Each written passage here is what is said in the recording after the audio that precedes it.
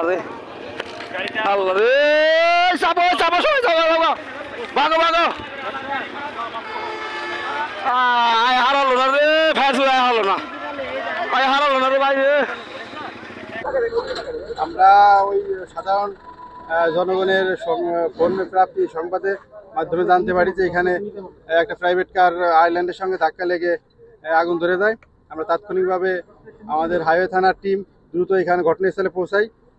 এসে দেখি fire service এখানে আগুন নিভাই ফেলছে এবং ফায়ার সার্ভিস দ্রুত এখান থেকে ঘটনাস্থল ত্যাগ করে।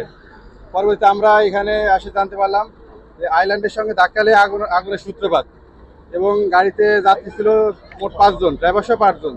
তারা সবাই এখানে আলাদিন হাসপাতালে চিকিৎসাধীন অবস্থানে আছে। সবাই শঙ্কামুক্ত আমরা যতটুকু জানতে পারছি।